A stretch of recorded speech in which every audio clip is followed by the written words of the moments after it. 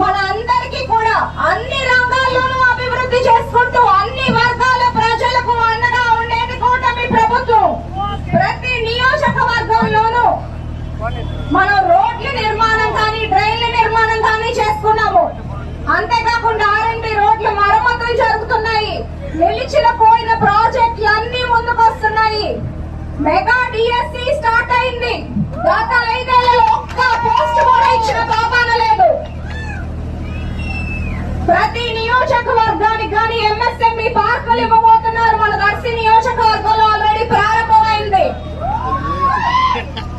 చంద్రబాబు నాయుడు గారి ఆలోచన విధానం ఎలా ఉంటుందంటే ఏదో పథకం ఉచితంగా ఇచ్చాము అన్నట్టు కాకుండా ప్రజలకి ఒక ఆర్థిక వెసులుబాటు ఉండాలి, ప్రజలు స్వేచ్ఛగా స్వతంత్రంగా ఉండాలి, వారి జీవిత ప్రమాణాలు మెరుగవ్వాలి అనే ఆలోచనతో సంక్షేమం అభివృద్ధి రెండు జోడెల్ బండ్లాగా నడిపిస్తున్నారు ముందుకి.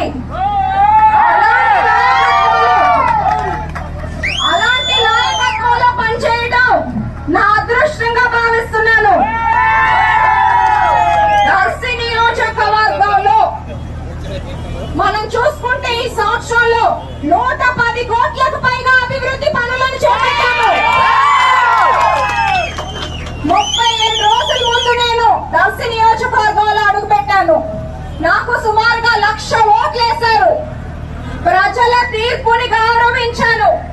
2000తో స్వల్ప తేడాతో నేను ఓడిపోయినా ప్రజలకు నేను ఇంకా ముందొచ్చుంటే ఇంకొంత దగ్గరై ఉండేదాన్ని, ఇంకొంత నన్ను అర్థం చేసుకునే వాళ్ళని ఇప్పుడు ఇంకా మొండిగా కష్టపడి తిరుగుతున్నాను.